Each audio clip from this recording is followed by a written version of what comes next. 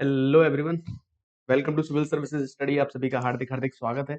हम लोग CSAT paper 2 discuss कर रहे हैं भाई। ठीक है, इसी क्रम में आगे बढ़ते हैं। ठीक है। सीसेट पेपर 2 डिस्कशन चल ही रहा है हम लोगों का, और बहुत सारे सेशंस बन चुके हैं भाई। अब तो 40 के आसपास सेशन हम लोगों ने बना दिए। ठीक है, आप लोग पढ़ के देखिए, आप लोगों को निश्चित ही बेनिफिट होगा। ठीक है ना।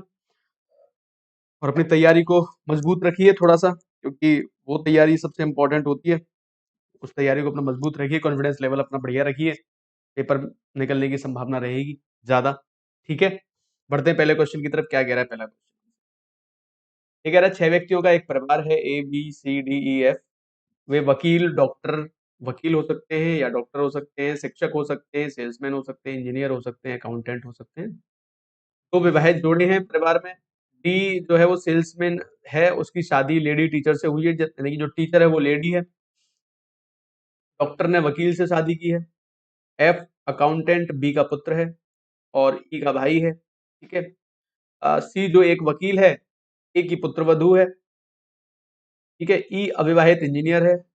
ए जो है एफ की दादी है। ठीक है। ई एफ से कैसे संबंधित है? बहुत सारे रिश्ते नाते इसके अंदर जुड़ के हमारे सामने आ चुके हैं। उन सारे रिश्तों से बाहर निकलना है, कैसे क्या करना है देखना पड़ेगा, है ना। तो ABCDEF, ABCDEF, ये 6 लोग हो गए हमारे पास। कहता है कि इसमें से एक वकील होगा, तो डी जो है वो सेल्समैन है। डी जो है वो सेल्समैन है। ठीक है। और जिसकी शादी, यानी कि ये मेल है भाई, ध्यान देना। एक टीचर से हुई है। टीचर जो है, टीचर क्या है? फीमेल है। ठीक है, ट्रायंगल है टीचर। ठीक है।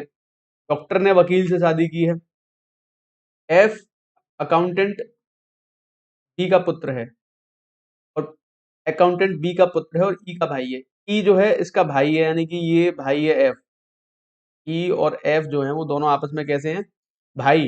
यानी कि ई के बारे में अभी नहीं पता, लेकिन एफ के बारे में जरूर पता है, ये भाई है। और एफ जो है वो क्या है? अकाउंटेंट बी का पुत्र है।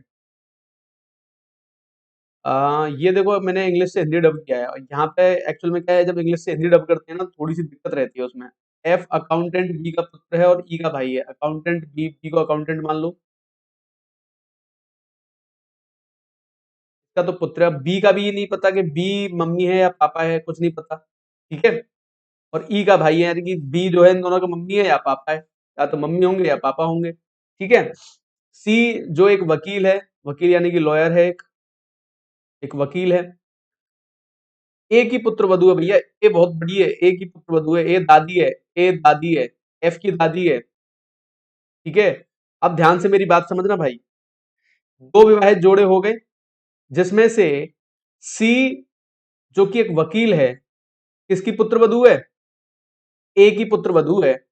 और ध्यान देना, पुत्र वधु अगर ए की है और उसमें कह रहा है ए एफ की दादी है, यानी कि देखो ध्यान से एक बात समझ में आती है कि ए जो है ना, उसका जो पुत्र होगा वो कौन होगा? बी होगा। बी का बच्चे होंगे कौन कौन? ई और एफ। ठीक है। सी जो एक वकील है, तो ये एफ जो है इसकी वाइफ हो सकती है। सी इसकी एफ की वाइफ हो सकती है, तभी तो ये पुत्र वधु बनेगी इसकी। ठीक है।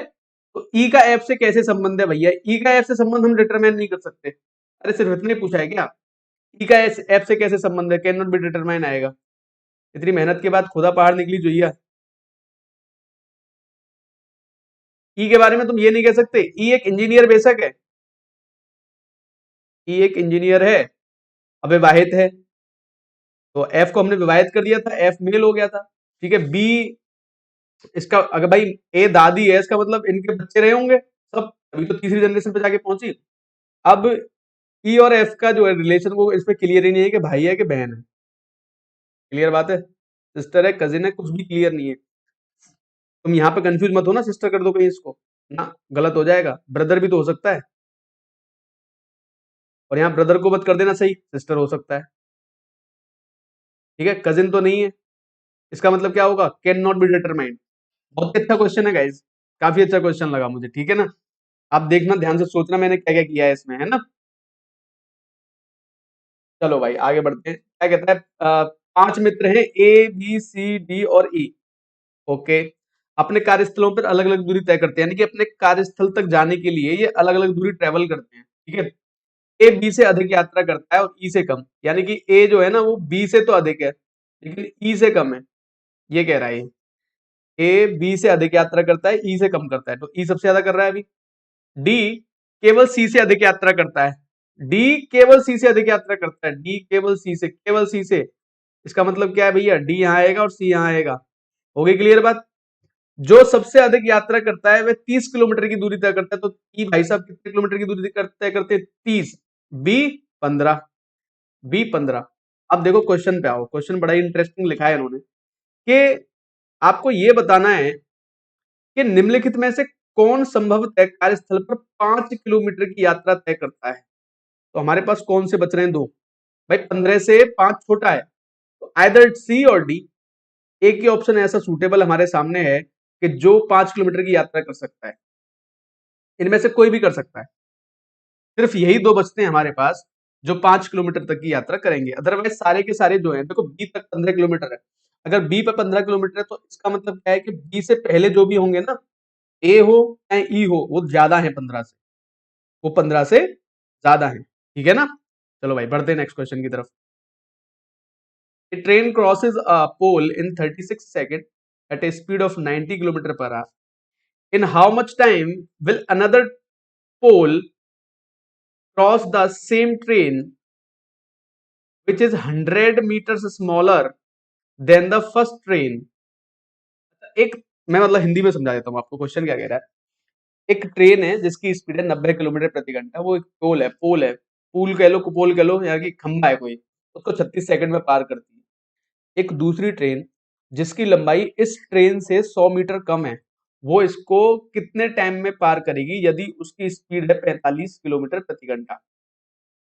ठीक है, एक बात यहाँ पे लिख लेना सभी लोग, किलोमीटर प्रति घंटा जो होता है उससे अगर मैं मीटर पर सेकंड की तरफ जाता हूँ, मैं 5/18 का गुणा करता हूँ, और अगर मीटर पर सेकंड होता है और मीटर पर सेकंड से अगर मैं किलोमीटर प्रति घंटे की तरफ जाऊंगा, तो मैं कितने से गुणा करता हूँ, 18/5 से। एक छोटी सी चीज है, इसको ध्यान में रख लोगे तो ज्यादा अच्छा रहेगा, ठीक है ना। 8/18/5 और 5/18, ठीक है। अब क्वेश्चन की तरफ आ जाओ। अगर ये ट्रेन है मेरे पास कोई, ठीक है, बहुत ध्यान से एक एक स्टेप समझना है आप लोगों को, है ना। अगर ये कोई ट्रेन है, ये एक पोल क्रॉस करके जाएगी, इस पोल की लंबाई मायने नहीं रखती, इस पोल को क्रॉस करने के लिए ना इस ट्रेन को कितना चलना पड़ेगा खुद सोचो।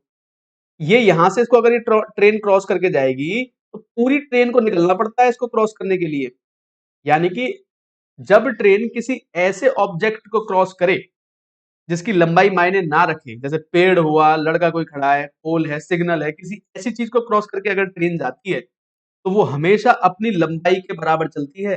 यहाँ पर जो दूरी बनती है, डिस्टेंस जो बनती है, वो क्या बनती है, लेंथ ऑफ ट्रेन। जो दूरी बनती है वो क्या बनती है, लेंथ ऑफ ट्रेन बन जाती है इस केस में, सिर्फ समझना ध्यान से बात को। तो जो डिस्टेंस होती है वो क्या होती है भाई, स्पीड इनटू टाइम। जो डिस्टेंस है वही तो निकालनी है पहले मुझे, इसकी लेंथ कितनी है ट्रेन की।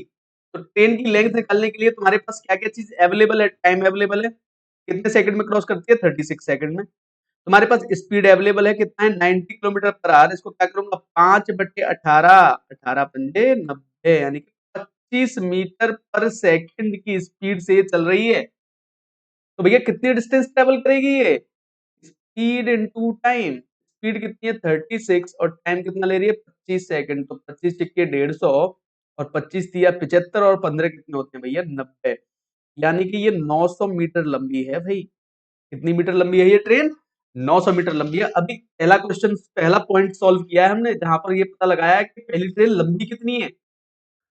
अब ये कह रहा है कि दूसरी ट्रेन जो है वो दूसरी ट्रेन आएगी पीछे से चलती हुई, और ये दूसरी ट्रेन जो है वो 100 मीटर छोटी है पहली ट्रेन से, यानी कि पहली ट्रेन की जो लंबाई आ गई 900 मीटर आ गई। अब दूसरी ट्रेन की लंबाई कितनी होगी, 100 मीटर कम कर दो, 800 मीटर की होगी वो ट्रेन, यानी जो सेकंड ट्रेन होगी, ठीक है, जो सेकंड ट्रेन रहेगी हमारी, यहाँ पे आप सॉल्व करना है, यहाँ पे मैं सॉल्व कर देता हूँ।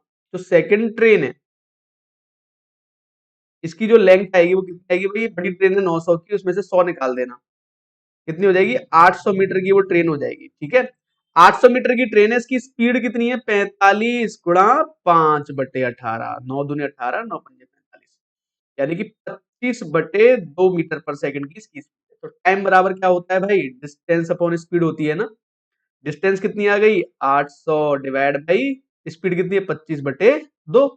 तो 25 से कितनी बार कटेगा, 25 या 75, 25 दूनी 50 और 32 दूनी 64 सेकंड। कितने सेकंड में क्रॉस करके जाएगी, 64 सेकंड में क्रॉस करके जाएगी। अच्छा क्वेश्चन है ये, इसमें तुम्हारे कॉन्सेप्ट्स लग रहे हैं, है ना, तुम्हें कॉन्सेप्ट्स देखने को मिल रहे हैं इसमें, तो कॉन्सेप्ट समझना बहुत जरूरी है। ठीक है, नेक्स्ट क्वेश्चन की तरफ बढ़ जाते हैं, है ना। क्या कह रहा है भाई, एक मिक्सचर है 60 लीटर का, 60 लीटर है ये मिक्सचर, ठीक है, और इसमें दूध और पानी का जो मिश्रण है वो 2:1 है। अगर इस रेशो को 1:2 करना है तो कितने लीटर पानी मिलाना पड़ेगा। ठीक है, मिल्क और वाटर, दूध और पानी का जो रेशो दे रखा है वो दे रखा है 2:1। इस अनुपात को बदल के 1:2 करना है भाई, और ऐड क्या करना है, पानी, जल ऐड करना है इसके अंदर। ठीक है, समझ रहे हो बात को, ये कहना चाह रहा है। हमारे पास एक मिश्रण है जिसमें दूध और पानी का जो अनुपात है वो 2:1 है। इसमें मैं पानी मिला दूं तो ये अनुपात 1:2 हो जाएगा। तो उसने कहा कितना पानी मिलाऊं, मेरे पास मिश्रण कितना था पहले, 60 लीटर, 60 लीटर है। ठीक है, अब या तो तुम इसको सॉल्व कर लो बेसिक तरीके से, बेसिक तरीके से सॉल्व हो जाएगा, या इसको मैं तुम्हें एक और तरीका बता दूंगा सॉल्व करने का। 2-3 तरीके हैं सॉल्व करने के, तो बहुत सारे तरीके देख के मार्क कर सकते हैं आंसर, लेकिन मुझे पता है कि आप लोग उसको नहीं समझोगे अभी, इसलिए मैं इसको बिल्कुल बेसिक तरीके से बताऊंगा आपको। देखो ध्यान से, अगर 60 लीटर मेरे पास है, इसमें से 2 भाग दूध के 1 भाग पानी का है, तो 3 हो गया, टोटल कितना हो गया, 3 की वैल्यू 60, तो 1 की वैल्यू कितनी होगी भाई, 20। यानी कि पानी इसके अंदर 20 लीटर है फिलहाल, और दूध इसके अंदर कितना है, 40 लीटर। इतना तो समझ ही गए। अब मुझे ये 1:2 करना है, ये मुझे 1:2 करना है, और इसके लिए मुझे क्या मिलाना है, पानी। भैया जब 1 की वैल्यू 40 है, 1 की वैल्यू अगर 40 आ रही है, अब 2 की वैल्यू 80 आएगी नहीं आएगी, बताओ जरा। तो ये 2 बनाने के लिए अगर ये 40 है यहाँ पर, ये इसको 80 होना पड़ेगा कि नहीं होना पड़ेगा। तो ये 20 लीटर है फिलहाल, कितना और ऐड करना पड़ेगा इसमें पानी, 60 लीटर ऐड करना पड़ेगा कि नहीं करना पड़ेगा भाई, बताओ जरा सोच समझ के इस बात को। आ गया ना सीधा सा आंसर अपना, 60 लीटर अगर हम पानी ऐड कर देंगे हो गया आंसर। अब इसमें बहुत लॉजिक मत ढूंढना, लॉजिक, अब अगर मैं आपको कुछ और तरीके से बताना चाहूँ तो ऐसा भी कर सकते हो आप। मान लो हमारे पास मिल्क है 2x और वाटर है 1x, ठीक है, ऐसा कर सकते हो आप। ठीक है, या आप क्या कर सकते हो, ध्यान से समझना, मिल्क 2 पार्ट है, यानी कि मिल्क है 40 और वाटर है कितना, वाटर है कितना, 20। तो भैया 40 मिल्क है और वाटर है 20, 20 में मैं x लीटर मिला दूं तो ये अनुपात 1:2 हो जाएगा, है ना। दूसरा तरीका, इस तरीके से भी कर सकते हो आप, क्रॉस मल्टीप्लाई करके 80 इक्वल टू क्या हो जाएगा, 20 + x। तो यहाँ से x की वैल्यू कितनी आ जाएगी, 60। और सिंपल सा है वैसे क्वेश्चन, अगर आप चाहो तो इस तरीके से भी कर सकते हो। बाकी मैंने आपको समझाने की पूरी कोशिश की है कि आपकी समझ में आ जाए ये पूरा A to Z, है ना। चलो बढ़ते हैं नेक्स्ट क्वेश्चन की तरफ। ठीक है, परचेज प्राइस ऑफ रेडियो 600, यानी कि परचेज प्राइस होता है सीपी, क्रय मूल्य। तो सीपी हमको दे रखा है 600 रुपए। ठीक है, 5% इस पर खर्चा करना है, ट्रैफिक पे 5%, तो 600 का 5% कितना हो जाएगा भाई, 600 का 5% 30 रुपए हो जाएगा। कितना हो जाएगा, 30 रुपए। 30 रुपए ट्रैफिक पे खर्चा कर दिया, कितना खर्चा कर दिया भाई, 630 रुपए। ठीक है, अब क्या कह रहा है, इस पे 15% का प्रॉफिट चाहिए भाई, तो 630 का 15% चाहो तो 15% निकाल दो, है ना। 15% निकालो, 5 दूनी 10 और 5 तिया 15, 3 तिया 9, 3 छिक्के 18, डिवाइड बाई 2 करोगे ना तुम्हें कितना मिल जाएगा, 2 निम 18, 2 चौके 8, 94.5 रुपीज। इतना प्रॉफिट चाहिए भाई, जोड़ दो इसमें बस, 94.5 ऐड कर दो इसमें, कितना आ गया, 5.4, 724.5 रुपए का देखना पड़ेगा। तो बहुत सिंपल क्वेश्चन था वैसे, समझ में आ गया होगा, बहुत सिंपल सिंपल सी बातें हैं। सीपीए 600 रुपए, 5% ट्रैफिक पे खर्चा कर रहे हो, 30 रुपए इसमें ऐड कर देना। अब तुम्हें कितने की पड़ी है वस्तु, 630 रुपए की, इस पे 15% का फायदा ले लो, 94.5 रुपए इसमें ऐड कर देना, कितना रुपए की बेच दोगे, 724.5 रुपए की ये बिक जाएगी इजीली। ठीक है, चलो भाई नेक्स्ट क्वेश्चन की तरफ बढ़ते हैं। क्या कह रहा है, black orange yellow purple blue is written as this, grey green red purple like this, पर purple blue red silver like this, grey orange pink like this. तो हमें ये अच्छा क्वेश्चन है गाइज, इसमें पूछा एक कोड बनाना है हमको, इसको ऑरेंज इज रेड लिखना है यहाँ से। Orange is red, orange is और रेड, बहुत ध्यान से हमको चेक करना पड़ेगा, है ना। पहले देखो ऑरेंज कहाँ कहाँ दिखाई दे रहा है। ऑरेंज यहाँ दिखाई दे रहा है, ऑरेंज हमको यहाँ दिखाई दे रहा है, ठीक है। पहले और इसमें दिखाई दे रहा है। यहाँ ये चेक करने की कोशिश करते हैं कौन सा कॉमन है। इसमें और इसमें ऑरेंज दिखाई दे रहा है ना। इसमें और इसमें बैट, बैट, रेड, देखो बैट कॉमन है भैया दोनों में, दिख रहा है कुछ। बैट कॉमन है, यानी कि ऑरेंज की जो वैल्यू है वो बैट तो है, इतना तो क्लियर हो गया। जो ऑरेंज है उसकी वैल्यू बैट है, ये तो दिखाई दे रहा है। तो ये दोनों ऑप्शन तो खत्म हो गए। इनमें ही देखना पड़ेगा, जो सेकंड वाला आ जाएगा वही अपना आंसर है। इज कहाँ दिखाई दे रहा है, इज तो दिखाई ही नहीं देगा भाई यहाँ पे, क्योंकि इज तो अपने आप ही चेक करना पड़ेगा, है ना। रेड देखो, रेड कहाँ मिल रहा है, रेड कहाँ है, रेड यहाँ है, रेड यहाँ है, और कहीं है रेड। ओके देखो भाई, अब ध्यान से मेरी बात समझते रहे ना। पर्पल, पर्पल, पर्पल तीन जगह कॉमन है, ठीक है। पर्पल, पर्पल, पर्पल तीन जगह कॉमन है, बहुत इंपॉर्टेंट क्वेश्चन हो गया भाई। पर्पल, पर्पल, पर्पल, और एक और दिखा दे रहा हूं तुमको, है ना, कौन सा, ब्लू, ब्लू दो जगह मिल जाएगा, ठीक है। रेड अपने को चेक करना है, क्योंकि हमें रेड का चाहिए, क्योंकि ये भी दो जगह मिल रहा है ना, ध्यान देना, रेड भी दो जगह मिल रहा है, ब्लू दो जगह मिल रहा है, पर्पल तीन जगह मिल रहा है। तो तीनों में क्या कॉमन है ये चेक कर लेते हैं भैया। Wet, set, get, set, wet, wet दोनों में मिल रहा है, वेट इसमें नहीं है, ठीक है, ओके। सेट, सेट नहीं है तीनों में। गेट, गेट, गेट, भैया गेट जो है ना इसको खत्म कर दो, गेट नहीं हो सकता, गेट क्या है, पर्पल, ठीक है। अब इसमें देखो, इसमें और इसमें दोनों में कौन सा कॉमन है भाई, इन दोनों में कौन सा कॉमन है, रेड मिल जाएगा अपने को। इन दोनों में कौन सा कॉमन है, वेट कॉमन है भाई। क्या कॉमन है, वेट, देख रहे हो, इंटरेस्टिंग क्वेश्चन है। वेट कॉमन है, वेट। और इन दोनों में वैसे वैसे क्या क्या कॉमन है, रेड, तो रेड की वैल्यू क्या मिल गई भाई, वेट, ठीक है। तो ये अपना ऑप्शन नंबर ए ही सही हो सकता है, वे, बैट, रेट, वेट, इसके अलावा कोई ऑप्शन सही नहीं हो सकता है इसका, ठीक है। क्लियर है, ठीक है भाई। चलो बढ़ते हैं नेक्स्ट क्वेश्चन की तरफ, ठीक है। क्या कह रहा है नेक्स्ट क्वेश्चन हमसे, ये कह रहा है कि एक स्टेटमेंट दिया है इन लोगों ने कि बड़े शहर में रहने वाले लोग भीड़ भाड़ गाड़ियों या बसों में धक्का धक्का करते हैं, ठीक है। वे सड़क पार करने के लिए तेज मोटर कारों के साथ प्रतिस्पर्धा करते हैं। तो कंक्लूजन क्या देख रहा है ये, शहर के लोगों के लिए यात्रा करना बहुत कठिन है, बड़े शहरों में यातायात जाम होना अपरिहार्य है। भैया बताओ जरा क्या आंसर आना चाहिए इसका। क्या दोनों स्टेटमेंट और कंक्लूजन ठीक ठीक बात कर रहे हैं, कंक्लूजन सही कह रहा है इनके बारे में, कंक्लूजन सही नहीं कह रहा है इनके बारे में, कैसे हम इसको समझें, क्या हम इसके बारे में समझें। तो देखो, ना तो ये जो है बात करता है, ये ये बात करता है क्या, नहीं करता। यातायात बहुत कठिन है इसका मतलब ये नहीं यातायात कठिन है, भीड़ भाड़ जरूर रहती है, अपरिहार्य भी नहीं है, ये दोनों ही गलत है भाई। ना तो निष्कर्ष एक निकलता है, ना निष्कर्ष दो निकलता है, यानी कि मेरा ऑप्शन नंबर जो होगा सी इसमें सही होने वाला है। ऑप्शन नंबर सी जो होगा इसमें सही होगा, है ना। कोई भी नहीं निकलेगा इसमें से, तुम देख लो चाहे चेक करके, कहाँ निकल रहा है बताओ। कहाँ वो कह रहा है ऐसा कि शहर के लोगों के लिए बड़ा मुश्किल हो गई यात्रा करने, कहाँ इससे निष्कर्ष निकाल सकते हैं हम, नहीं निकलेगा इससे निष्कर्ष, निष्कर्ष इससे यही निकलेगा, ठीक है। बढ़ते हैं नेक्स्ट क्वेश्चन की तरफ, ठीक है। क्या कह रहा है भाई नेक्स्ट क्वेश्चन हम लोगों से, क्या है, प्रत्येक समाज में मानव प्रेमियों ने मानवोचित सहानुभूति प्रदर्शित करते हुए तथा जरूरतमंद लोगों की उत्साहपूर्वक सहायता करके मानव कल्याण के लिए योगदान किया है।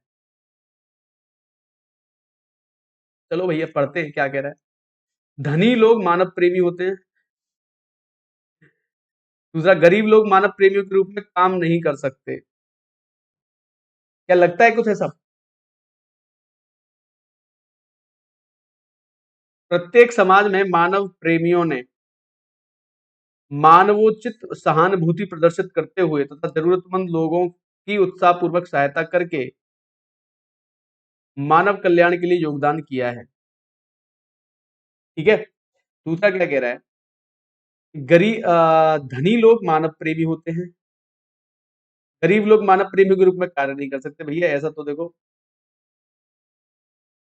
दूसरा तुम कह सकते हो एक बार को हो सकता है ना, दूसरा एक बार को हो सकता है, लेकिन ये भी नहीं है ना, समझ रहे हो ना। तो कोई भी कथन नहीं होगा, ना तो पहले में ना सेकंड में निहित है। तुम खुद समझदार हो, सभी लोग समझ गए होगे। ठीक है, पढ़ते हैं। ये क्या कह रहा है, if south east becomes north and north east becomes west, north east west बन जाता है, and so on, what will west become. भाई ये बड़ा अच्छा क्वेश्चन है ना, ध्यान से देखना इस क्वेश्चन को, है ना, समझना पहले एक बार, है ना। ये हमने इस तरीके से बना लिया, ये होता है basically east west north south. ठीक है, बहुत ध्यान से। साउथ ईस्ट जो होगा, यानी कि ये डायरेक्शन जो है ना। अब मैं देखो कलर दूसरा यूज करके तुमको समझाने की कोशिश करता हूँ। साउथ ईस्ट ये बनेगा, ये इसने माना है नॉर्थ। साउथ ईस्ट यानी कि दक्षिण पूर्व को बनाया नॉर्थ। तो नॉर्थ, नॉर्थ ईस्ट, जो नॉर्थ ईस्ट है ये कह रहा है कि ये वेस्ट वेस्ट बन गया। ठीक है, तो भैया एक बात बताओ, अगर ऐसे खींचोगे और ऐसे खींचोगे इसको, ये वेस्ट होगा तो ये ईस्ट हो जाएगा अब इस केस में, और ये नॉर्थ है तो ये क्या हो जाएगा, साउथ हो जाएगा इस केस में। समझे बात को, यानी कि ये तो उत्तर दिशा हो जाएगी अब, ये पश्चिम हो जाएगा, ये दक्षिण हो जाएगा, और ये क्या हो जाएगा हमारा उत्तर, तो ये हमारा पूर्व हो जाएगा, पूर्व दिशा। ठीक है, तो पश्चिम क्या बनेगा भाई, पश्चिम क्या बनेगा, यानी कि ये जो पश्चिम है ना, ये क्या कहलाएगा। बहुत ही अच्छा क्वेश्चन है, इंटरेस्टिंग है, समझने वाला। ये क्या बनेगा बताना जरा। साउथ और ईस्ट के बीच में पड़ रहा है ना, तो साउथ ईस्ट बनेगा। इसके बीच में पड़ रहा है, साउथ और ईस्ट के बीच में पड़ रहा है ना, वेस्ट। पश्चिम क्या बनेगा, तो पश्चिम को क्या बनना चाहिए, पश्चिम इनके बीच में आ गया ना, ईस्ट और साउथ के बीच में, तो क्या बनेगा, साउथ ईस्ट बनेगा। समझने की कोशिश करना क्वेश्चन को, बहुत अच्छा क्वेश्चन है, घुमाने वाला थोड़ा सा, है ना। चलो भाई, क्या कह रहा है भाई ये क्वेश्चन हम लोगों से। ये कह रहा है कि of the 10 teachers in A school, एक स्कूल है उसके अंदर 10 टीचर हैं, एक टीचर ने रिटायरमेंट ले लिया और एक 25 साल का नया टीचर उसको रिप्लेस कर देता है, जिसके परिणाम स्वरूप क्या होता है कि the average age of teachers decreases by 3 years, 3 साल एवरेजेस कम हो जाती है। What is the age of retired teacher, जो रिटायर्ड टीचर है भाई साहब, वो उनकी एज क्या थी। तो एक तरीका तो ये है कि कितने टीचर हैं टोटल, 10 टीचर हैं, तो 10 टीचर जो हैं, 10 टीचर्स, इनकी कुछ एज रही होगी। ठीक है, बहुत ध्यान से मेरी बात समझना, तुम्हें कुछ ज्यादा सोचने की जरूरत नहीं पड़ेगी। 10 टीचर में से 9 तो ये रहे, 1 2 3 4 5 6 7 8 9, 9 टीचर तो ये रहे। एक 10वां टीचर जो है उसको रिप्लेस किया एक बंदे ने, 25 साल के ने, 25 साल के बच्चे ने इसको रिप्लेस किया।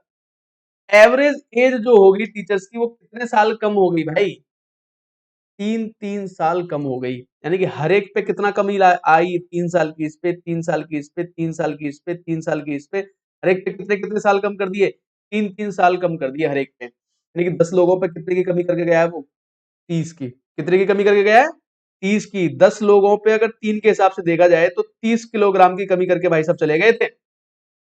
यानी कि 25 किलोग्राम वाला जब आया था, तो जब वो गए, वो 55 किलोग्राम लेके गए थे अपने साथ, क्योंकि ये 25 किलोग्राम वाला जब आता है तो 30 कम लाता है, और 30 कम होने की वजह से पूरा एवरेज कितना कम हो जाता है, 3 3 3 3 कम हो जाता है। तो ये 25 वाला नहीं था, वो 25 और 30 कितने के थे, 55 किलोग्राम के थे जो गए हैं, 55 किलोग्राम के थे, इसलिए इतना फर्क पड़ा इस पे पूरा 3 3 किलोग्राम का। ठीक है, अगर ऐसे कर लोगे इस क्वेश्चन को तो ज्यादा अच्छा रहेगा तुम लोगों के लिए, मैं सच बता रहा हूँ इस बात को। नहीं तो फिर इक्वेशन बनाते फिरना है इसमें, ठीक है ना, फिर इक्वेशन बनेगी इसमें। 9 लोगों, 10 लोगों का एवरेज 10x है, 9 लोगों का एवरेज कितना हो जाएगा, देखो मैं इक्वेशन बना के दिखा देता हूँ तुम लोगों को, अगर तुमको ये लगता है तो। मान लो इनका एवरेज था x, एवरेज एज थी x। ठीक है, टोटल कितना हो जाता फिर, 10 लोग थे, टोटल था 10x। ठीक है, अब एक बंदा चला गया, एक बंदा जाने से एवरेज कम हो गया, कितना कम हो गया भाई, x-3 रह गया। अब कितना हो गया, 10 लोगों का एवरेज x-3। ठीक है, x-3 रह गया अब एवरेज। इस बात को समझने की कोशिश करना बस। और क्यों रह गया ये x-3? क्योंकि ये 25 साल के भाई साहब हमारे आ गए थे यहाँ पे, 25 ईयर्स के, ठीक है? 25 ईयर्स के भाई साहब ये हमारे यहाँ पर आ गए थे। इस वजह से ये एज जो है इन लोगों की कम होगी। सॉरी, इतनी हो जाएगी, 9 लोगों की x-3 हो जाएगी। 9 लोगों की जो रही होगी एज वो हो जाएगी, और 25 साल इसकी एज हो जाएगी, ठीक है? आई समझ में बात? इस तरीके से हमको इसको चेक करना होता है, तो इसकी भी 2 इक्वेशन बना लेना। यहाँ से भी 9 लोग हैं, यहाँ से भी 55 आ जाएगा तुम्हारा। लेकिन मैं जो बताने की कोशिश कर रहा हूँ, उस बात को समझने की कोशिश करो, है ना? इक्वेशन बनाओ मत ना, इक्वेशन मुझे पता है तुम्हें टफ पड़ जाएगी बनानी, है ना? मुझे पता है इस चीज के बारे में। तुम्हें क्या सोचना है? सिंपल से मेरी बात समझना, दोबारा से ध्यान से समझो। और ये नया एवरेज जो आएगा ना, वो 10x हो जाएगा, 10 लोगों का x-3 होगा ना। अब इतनी एज हो गई है, वो एक बंदा चला गया है, उसकी जगह 25 साल वाला जो आ गया है ना, इसकी वजह से, है ना, ये है बात। देखो समझो बात को ध्यान से दोबारा। 10 लोग हैं, एवरेज एज है कुछ, ठीक है? एक बंदा है वो चला गया, ठीक है? एक बंदा चला गया। उस बंदे के जाने से क्या हुआ, एक नया बंदा आया 25 किलोग्राम का। अब ये जो नया बंदा 25 किलोग्राम का है, इसकी वजह से पूरा वजन जो है, हर एक बंदे पर 3-3 किलोग्राम की कमी आ गई। एवरेज का मतलब क्या होता था? हर बंदे के बराबर ऊपर एवरेज वेट है। उस बंदे के जाने से क्या हुआ कि ये जो कमी आ गई 3-3 की हर एक पे, 10 लोग हैं तो कितने की कमी आ गई भाई? 30 की कमी आ गई ना। तो वो जो बंदा गया है वो अपने साथ कितना एक्स्ट्रा वजन लेके चला गया? भाई 25 तो ये लाया था, लेकिन इससे भी कितना वजन ज्यादा था उसका? 30 किलोग्राम, ठीक है? मेरी बात को सोचना जरा ध्यान से, है ना? आपको समझ में आएंगी बातें। भाई आज के सेशन में इतना ही करते हैं हम लोग, ठीक है? मिलते हैं आपसे नेक्स्ट सेशन में, मुलाकात करते हैं, ठीक है? तब तक के लिए धन्यवाद।